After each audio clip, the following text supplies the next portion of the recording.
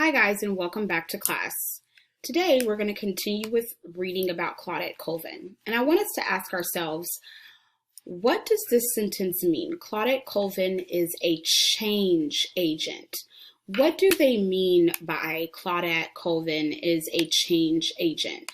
Go ahead and drop down your ideas of what you think that sentence means inside of Schoology and the discussion board. Then I want you to ask yourself, how does the idea of agency help you understand what it means to call Claudette a change agent? So remember when we were talking about agency from Midsummer Night's Dream, we were talking about someone that makes their own choices, makes their own decisions. So we were talking about if we felt like the four lovers acted off of agency or if they acted off of fate, which would have been something that was out of their control. So for this, how does the idea of acting on your own and doing what you want relate to the meaning of Claudette being a change agent? Our essential question for this lesson is, how do people affect social change? And our focusing question is, what motivated Claudette Colvin? Our content framing question for this lesson in our distill stage says, what is the central idea of chapter 4? And our experiment portion says, how do I present findings succinctly? And in our distill stage, what is the central idea of chapter 4? So to get started, we are going to work on generating a timeline of events that happened on March 2nd, 1955. So you're going to have to go back and refer back to the recording, and you're going to have to go back and see what were the events that were taking place in March 2nd of 1955. So I have an example here of the first event that took place. So the first one starts on page 31, and it says Claudette gets out of school early and gets on the bus with her classmates. So March 2nd, 1955, Claudette Colvin got off early from school and she decides to get on the bus with her classmates. And we see this on page 31. Now I want you to generate the rest of the timeline by filling in the boxes of what else happened on March 2nd of 1955 after Claudette got on the bus. Let's look at page 7. It also didn't matter that the city bus law, or ordinance, as the city laws are called, had said since 1900 that no rider had to give up a seat unless another was unavailable. Why was Claudette within her rights to stay seated? If you look at this quote right here, why was she in her rights to stay seated?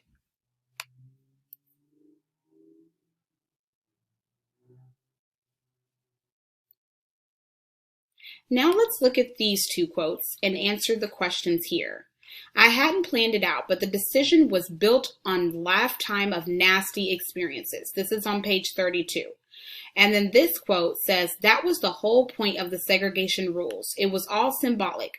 Blacks had to be behind whites, also on page 32. And you will be answering these two questions that correspond with those two lines. Now moving forward, let's look at the word rebellion. I want you to write this in your journal. Rebellion means a resistance against authority, such as a government or against what is considered confining. So like if you rebel against something, like if your mom tells you you need to do your homework and wash the clothes, and you don't want to do that, you want to resist the fact that she's authoritative over you, so you decide to go outside and go play with your friends. That would be you rebelling against the authority. The next one that I want you to write down is revolution. A revolution is a noun, and it means a massive change in beliefs and approaches of doing things, or the transformation that is a result of a major upheaval. So, for example, the Black Lives Matter movement right now, that's a revolution. It's something that we're doing that's a major upheaval to get something done the way you want it to be done. So now knowing what these two words mean, I want you to look on page 32 and 37 and look at them used in a sentence inside of Claudette Colvin. Here it says, rebellion was on my mind that day. And here, and I think you just brought the revolution to Montgomery. How do Claudette's actions develop from rebellion to revolution? How does she go from this to this when it comes to her feelings or her thoughts?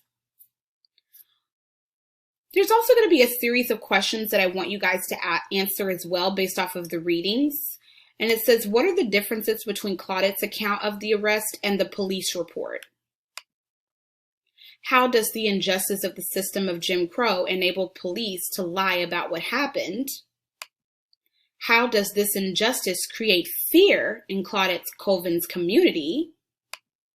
And what is the effect of the overall differences between these two accounts? So the first question I asked you was, what was the difference between Claudette's account of the arrest and what the police report said? So when we're looking at the word account, I'm basically asking you to tell me, if you asked Claudette what happened to her from her arrest, what would she say and what would the police say? What would Claudette's point of view of the arrest be and what would the police report say?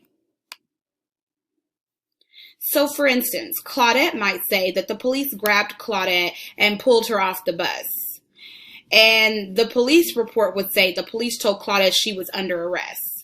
So, but they may not necessarily have told her that she was under arrest. They just grabbed her and pulled her off the bus, like very rudely. You know what I mean? They didn't tell her like, oh, you know, hey, this is against the law. I'm going to need you to come with me. You go downtown and we're going to talk about this.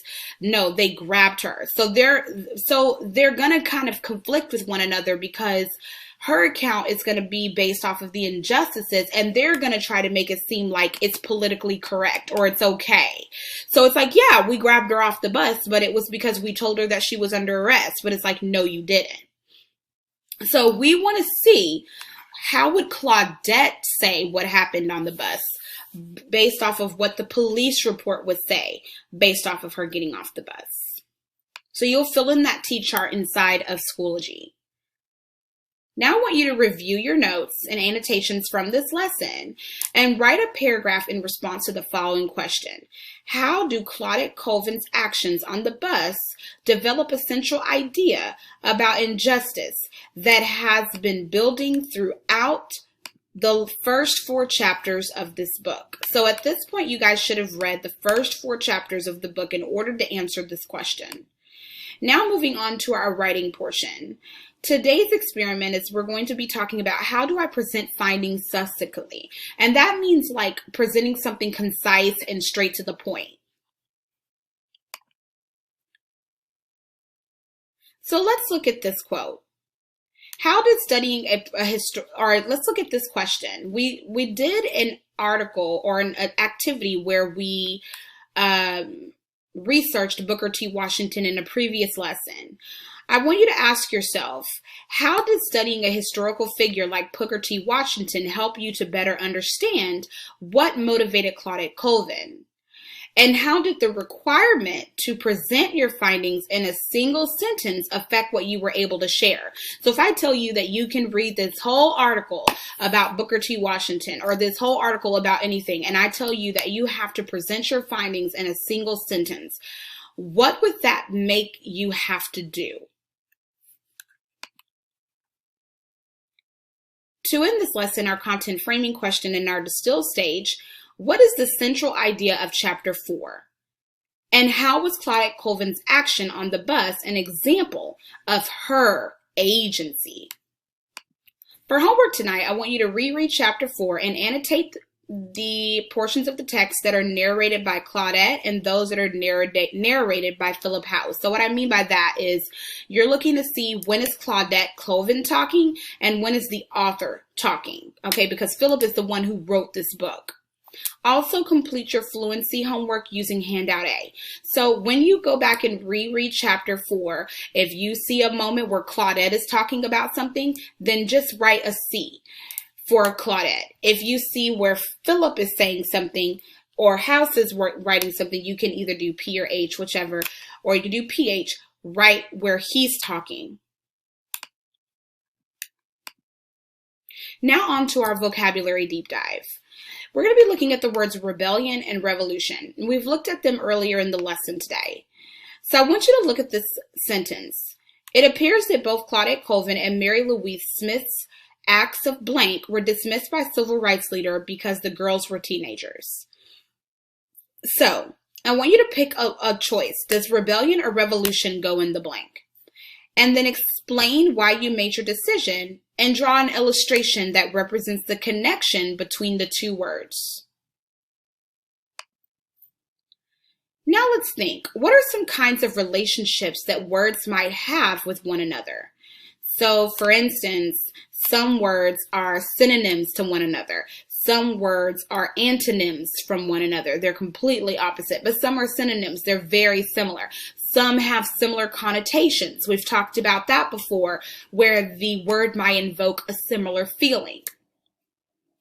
So I want you to review the definitions of rebellion and revolution and write a 2 to 3 sentence summary of Claudette's actions and desires in chapter 4 using these words, rebellion and revolution. All right, guys, that's going to be it for today's lesson. If you need any help, please log into office hours Monday through Friday, 11:22 a.m. to 12:06 p.m. See you then. Bye.